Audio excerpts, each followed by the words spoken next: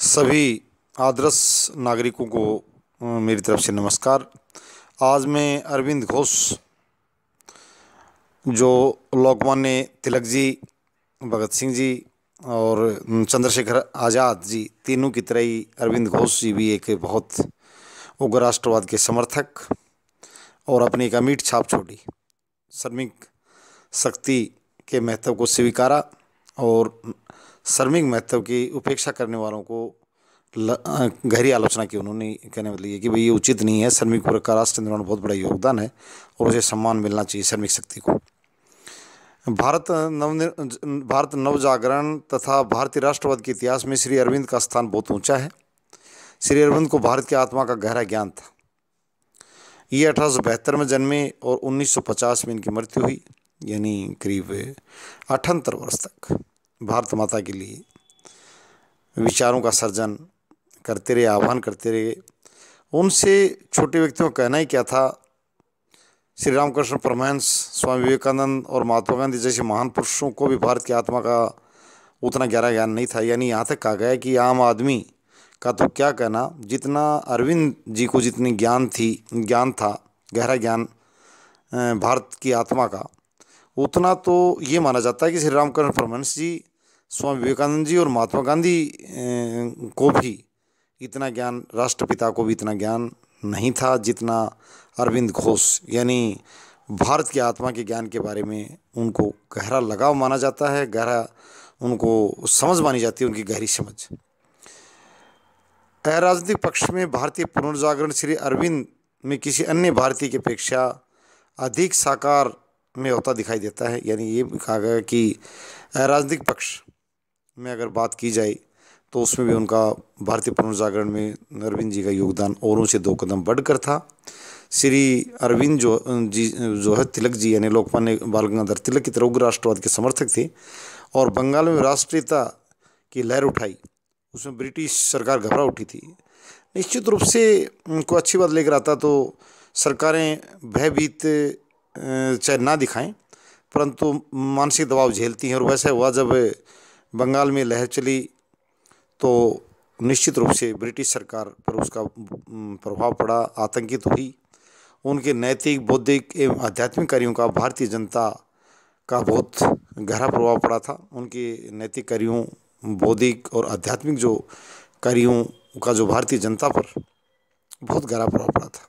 उनकी पुस्तक magnum opus और द लाइफ डिवाइन, ये जो उनकी पुस्तक थी magnum opus the life divine के प्रकाशित होने के पश्चात विश्व के कुछ महत्वपूर्ण विद्वानों का ध्यान उनकी ओर आकर्षित हुआ था तथा उनकी कविता सावित्री संसार की आध्यात्मिक कविताओं में से सबसे उत्तम मानी जाती है। ये मैं खास बात बताऊंगा कि उनकी जो कविता, जो सावित्री जो कविता है, वो अरविंद घोष द्वारा रचित है और आध्यात्मिक कविताओं में सबसे उत्तम मानी जाती है।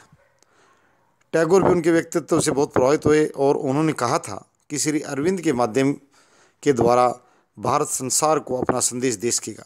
यानी आशावाद की किरण, टैगोर ने बताया था कि भारत की आशावाद की किरण है कि वो संसार को अपना संदेश दे सकेगा भारत श्री अरविंद के माध्यम से। श्री अरविंद गुणों की खान थे।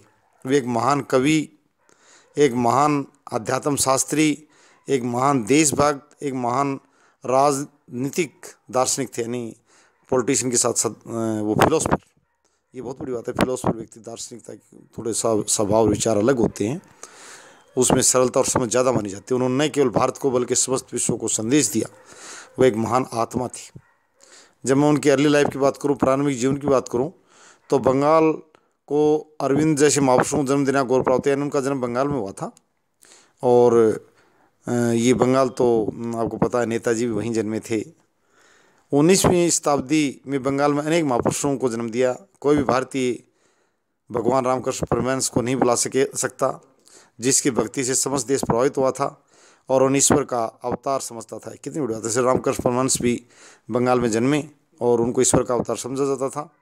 भगवान रामकृष्ण परमहंस के शिष्य स्वामी विवेकानंद हुए, जिन्होंने विश्व धर्म सम्मेलन में हिंदू धर्म की धाक जमा दी। हाँ, ये शिकागो में जो 1893 में जो भाषण दिया, हिंदू धर्म की जो व्याख्या की स्वामी विवेकानंद जी ने, उन्होंने वास्तव में हिंदू धर्म की धाक जमा दी विश्व स्तर पर। विपिन चंद्र पाल, चित्तरंजन दास, सुभाष चंद्र बोस जैसे महापुरुषों का जन्म भी बंगाल में हुआ और इसी भूमि में श्री अरविंद घोष का जन्म हुआ। मैं बंगाल की जो हालांकि हमारे देश का एक भाग है, परंतु अगर प्रादेशिकता हिसाब से मैं उस भूमि को भी नमन करता हूँ कि अनेक महापुरुषों का वहाँ जन्म उस भूमि पर हुआ। श्री अरविंद का जन्म 15 अगस्त 1872 ईस्वी को कलकत्ता में हुआ। वह अपने माता पिता के तीसरे पुत्र थे। उनकी जन्मतिथि का एक विश्व महत्व है। श्री अरविंद से 103 वर्ष पूर्व नेपोलियन बोनापार्ट का जन्म भी 15 अगस्त को हुआ था और हिटलर ने 1940 ईस्वी में 15 अगस्त को ऐसा दिन नियत किया था जबकि उसकी पश्चिम यूरोप की विजय पूर्ण होती। यानी 15 अगस्त का महत्व, आजकल तो हमारे 15 अगस्त स्वतंत्रता दिवसों से राष्ट्रीय पर्व है ही, तो 15 अगस्त को उनका जन्म हुआ विपिन चंद्र अरविंद घोष जी का, और नेपोलियन बोनापार्ट का जन्म भी 15 अगस्त को हुआ था। 15 अगस्त को द्वितीय महायुद्ध के पश्चात शांति का प्रारंभ भी समझा जा सकता है, क्योंकि जापान ने 14 अगस्त 1945 को हथियार डाल दिए थे। 15 अगस्त का महत्व चलता जा रहा है कि द्वितीय युद्ध के पश्चात शांति भी 15 अगस्त को आई थी 1945 में, क्योंकि 14 अगस्त 1945 को जापान ने हथियार डाल दिए थे। इस प्रकार श्री अरविंद की जन्मतिथि का विश्व महत्व है। यानी अनेक विश्व की जो 15 अगस्त की जो घटनाएं हैं उनसे जोड़कर उनके जन्मदिन को अगर कहा जाए, अगर उनके जन्म दिवस का महत्व बढ़ाया जाए तो काफ़ी ऐसे उदाहरण उपलब्ध हैं। श्री अरविंद के पिता डॉक्टर कृष्ण धन घोष एक मेडिकल ऑफिसर थे। उन पर पश्चिम सभ्यता का पूरा प्रभाव था। इंग्लैंड में कुछ वर्ष रहकर औषधि शास्त्र का अध्ययन कर चुके थे और उनकी इच्छा थी कि भारत एक ही दिन में आत्मविश्वासपूर्ण एक दूसरा इंग्लैंड बन जाए। कितनी बहुत बड़ी बात है। इंग्लैंड मतलब इंग्लैंड से जैसा बनाना चाहते थे वो विकास के मामले में। उनका मतलब ये नहीं है कि इंग्लैंड के लोगों को हमारे देश को गुलाम रखने से उनका अर्थ था। वो सोचते थे हमारा स्तर भी इंग्लैंड उस ज़माने में कुछ विकसित नज़र आ रहा था उनको, अरविंद घोष जी के पिताजी को। तो वो चाहते थे कि इतनी जो सारी सुविधाएं हमारे देश में भी जल्दी से आ जाए और लोग आत्मविश्वास से भर जाएं। वे अपने बच्चों को पूर्णतः यूरोपियन शिक्षा देने के पक्ष में थे। जब अरविंद की आयु 5 वर्ष की थी तो उसे दार्जिलिंग में लोरेटो कॉन्वेंट स्कूल में भेज दिया। ये तो खैर पुराने समय से चला रहा है। धनी परिवार अपने बच्चों को बोर्डिंग भेज देना इंग्लिश मीडियम कॉन्वेंट स्कूलों में, तो उनको दार्जिलिंग, जो आजकल बंगाल में ही है, दार्जिलिंग गोरखा आंदोलन के लिए दौरान बड़ा चर्चित सारा था, जिला है। और जब वो 7 वर्ष के थे उन्हें शिक्षा पाने के लिए एक अंग्रेज़ परिवार की देखरेख में इंग्लैंड भेज दिया गया। ये तो उस ज़माने में गुलामी के दिनों, ये तो पता ही है कि हमारे लगभग धनी परिवार जो भारत के थे, कुछ लोगों को अगर ये मान लीजिए जो भारतीय सभ्यता से बाहर नहीं आना चाहते, संस्कृति से बाहर नहीं जाना चाहते, तो उनको छोड़ दिया जाए। तो बहुसंख्यक धनी परिवार अपने लोगों को 1947 से पहले बड़े पैमाने पर और इंग्लैंड भेजते थे शिक्षा लेने के लिए। परंतु अरविंद जी को तो और भी छोटी वर्ष उनके पिताजी ने, चिकित्सक महोदय ने 7 वर्ष की आयु में भेज दिया। और जब 14 वर्ष तक वो इंग्लैंड में रहे, उन्होंने लंदन, मानचेस्टर और कैम्ब्रिज में शिक्षा पाई। ये कैम्ब्रिज विश्वविद्यालय तब भी अपनी धाक रखता है। उनका अंग्रेजी भाषा पूर्ण अधिकार हो गया, ये भी था। अंग्रेजी भाषा अच्छी पकड़ बना ली। अंग्रेजी भाषा के अतिरिक्त उन्होंने फ्रेंच, लैटिन और ग्रीक भाषाओं का भी अध्ययन किया।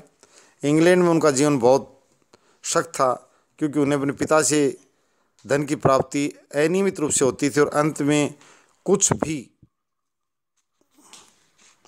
प्राप्त जो विरोधी आंदोलन संगठित करने के लिए जाया करते थे, कुछ थोड़ा बचता था। यानी वो उनकी इकोनॉमी कहने मतलब बड़ी टाइट सी चलती थी, धन से इतना ज़्यादा उनको ये नहीं है, बहुत बड़ा मात्रा में धन की उपलब्धता थी।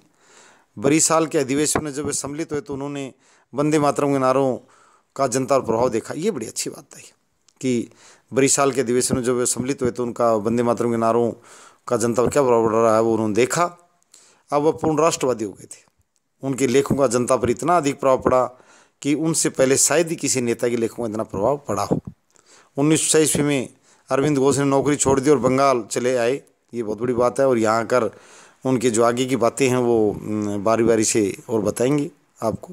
परंतु मैंने ये बताया कि अरविंद घोष जी जो उग्र राष्ट्रवाद के समर्थक और श्रमिक शक्ति के महत्व को उन्होंने विशेष रेखांकित किया कि श्रम शक्ति का राष्ट्र निर्माण में बहुत योगदान है। धन्यवाद।